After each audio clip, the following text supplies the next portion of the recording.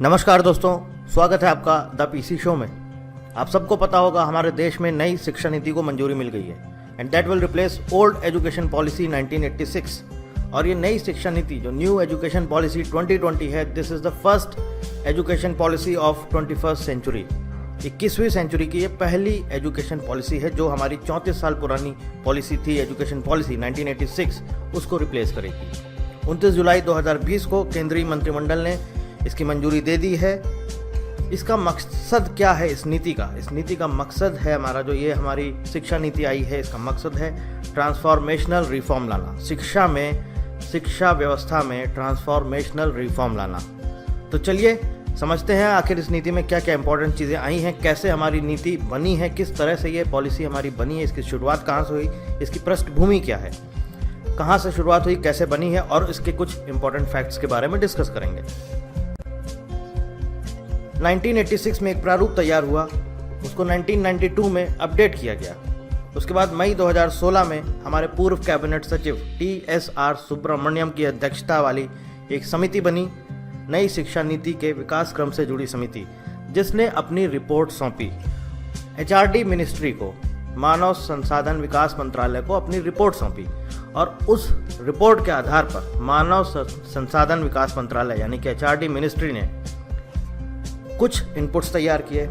उसके बाद जून 2017 में के कस्तूरी रंगन वाली इनकी अध्यक्षता में एक और समिति का गठन हुआ। अब के कस्तूरी रंगन जी की बात करी जाए तो ये हमारे इसरो चीफ रह चुके हैं, इसके अलावा इनको पद्म विभूषण भी मिल चुका है।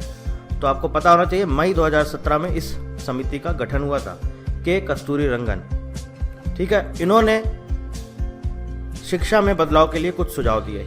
उसके बाद इन्होंने अपनी फाइनल रिपोर्ट 31 मई 2019 को HRD मिनिस्ट्री को सौंपी और HRD मिनिस्ट्री ने उसको एनालाइज करने के बाद 29 जुलाई 2020 को इस शिक्षा नीति को मंजूरी दे दी।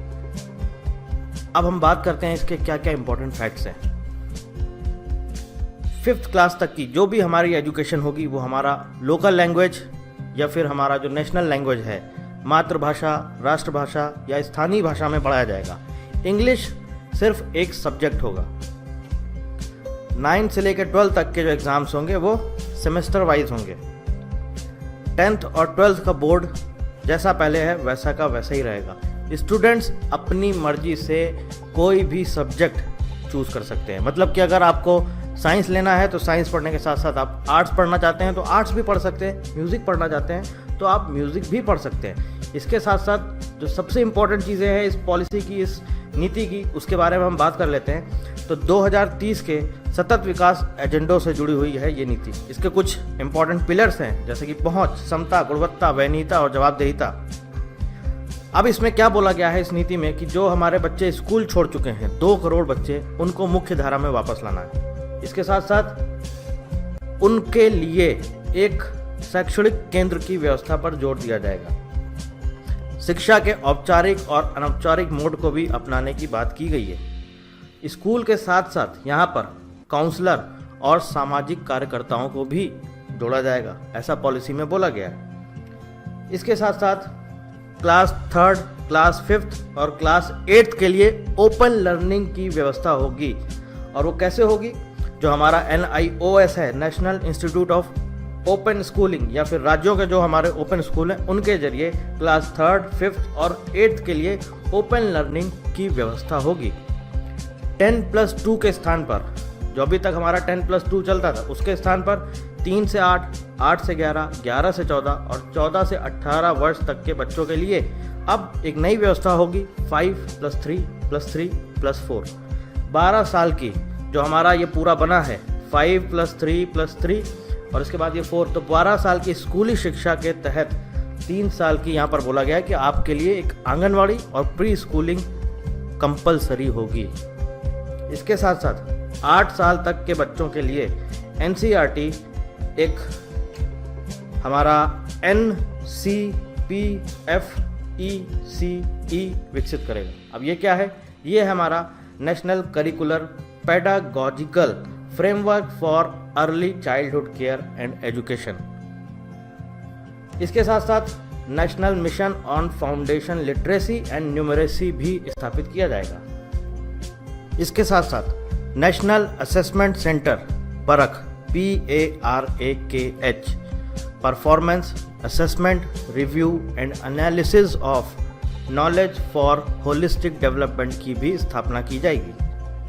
इसके साथ साथ हायर एजुकेशन में जो हमारा GER होता है, ग्रॉस एनरोलमेंट रेशियो, इसको बढ़ाकर 50% किया जाएगा। 2035 तक बढ़ाकर 50% किया जाएगा। 2018 तक ये 26.3% था, इसको बढ़ाकर 50% किया जाएगा। इसके साथ साथ हायर एजुकेशन में 3.5 करोड़ नई सीट्स ऐड करी जाएंगी। इसके साथ साथ जैसे हमारे IIT और IIM हैं, उन्हीं की तर्ज पर मेरूज की स्थापना की जाएगी। मेरू मतलब कि multi disciplinary education and research universities की स्थापना की जाएगी, यानी कि मेरू की स्थापना की जाएगी।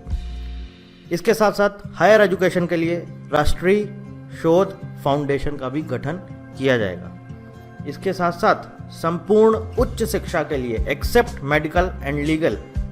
मेडिकल और लीगल एजुकेशन को छोड़कर जो हमारा पूरा हायर एजुकेशन है, उसके लिए उच्चतर शिक्षा आयोग जो होगा, ये हमारा सर्वोच्च निकाय होगा, सुप्रीम बॉडी होगी हमारी उच्चतर शिक्षा आयोग। डिजिटल लर्निंग के लिए NETF यानी कि नेशनल एजुकेशन टेक्नोलॉजी फोरम का गठन किया जाएगा। इसके साथ साथ Indian institute of translation and interpretation की भी स्थापना की सिफारिश की गई है कि Indian institute of translation and interpretation भी चालू किया जाएगा, इसका भी गठन होगा, ऐसी सिफारिश की गई है इस पॉलिसी में। इसके साथ साथ युवा और वयस्क 100% साक्षरता प्राप्ति का लक्ष्य रखा गया है। तो ये थी हमारी न्यू नेशनल एजुकेशन पॉलिसी 2020। अगर आपके कोई सुझाव हैं, कुछ पूछना चाहते हैं, कुछ अपनी तरफ से आप बताना चाहते हैं इस पॉलिसी के बारे में, तो आप हमें कमेंट करके ज़रूर बता सकते हैं। Thank you very much and thank you for watching.